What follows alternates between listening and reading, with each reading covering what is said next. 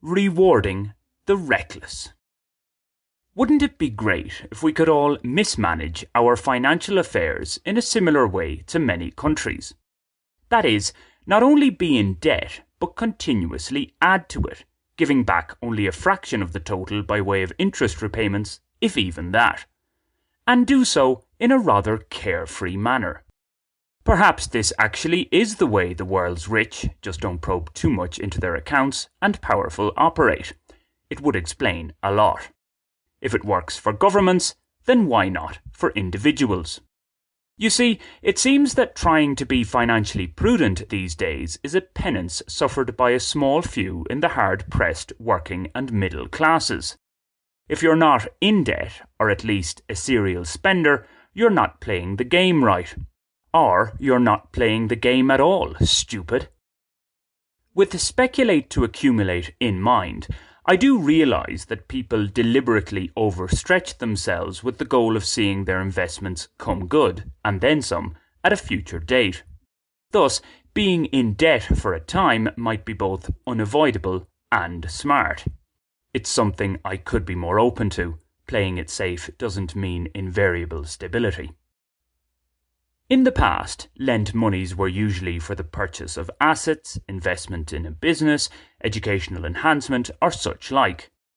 Loan requests generally had to come with rigorous cost plans, with the borrower expected to repay the lender the full amount plus interest at a defined later stage.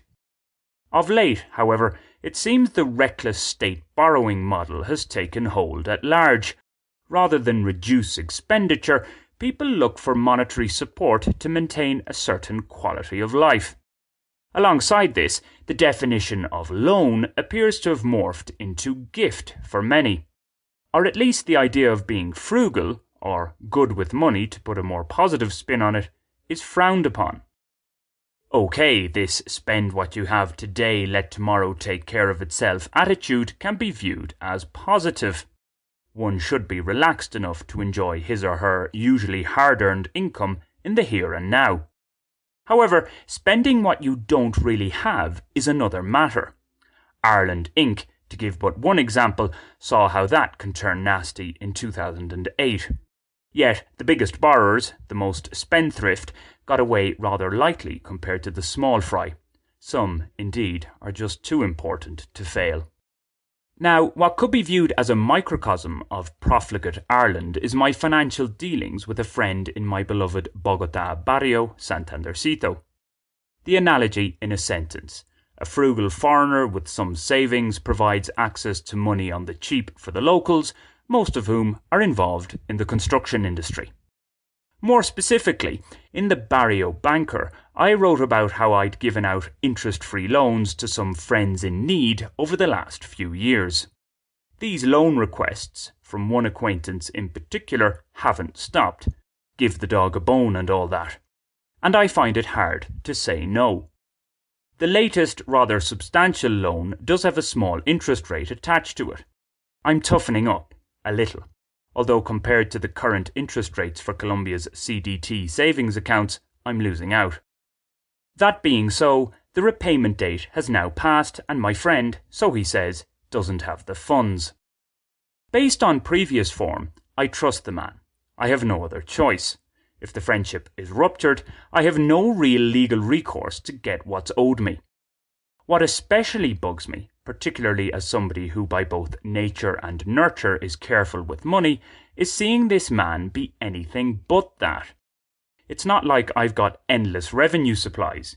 This is the hard-pressed asking the slightly less hard-pressed.